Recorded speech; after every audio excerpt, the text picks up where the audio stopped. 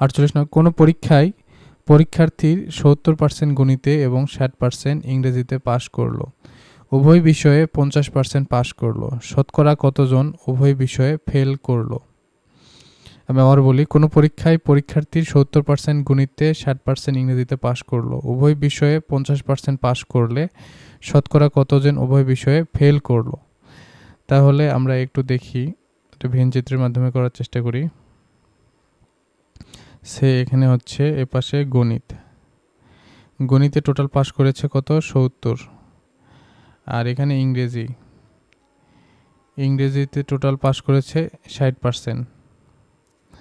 আর উভয় বিষয়ে পাস করছে কত? 50। এখানে সে 50। তাহলে এখানে 70 মাইনাস 50, এখানে হচ্ছে 20।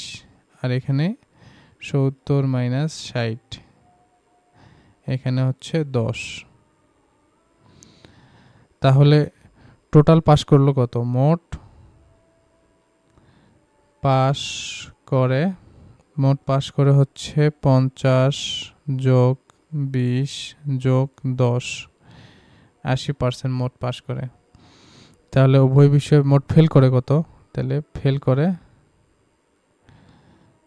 করে হচ্ছে 100 মাইনাস 80, হচ্ছে 20%। সঠিক উত্তর হচ্ছে এ, উভয় বিষয়ে ফেল করে 20%। আশা করি বুঝতে পেরেছেন।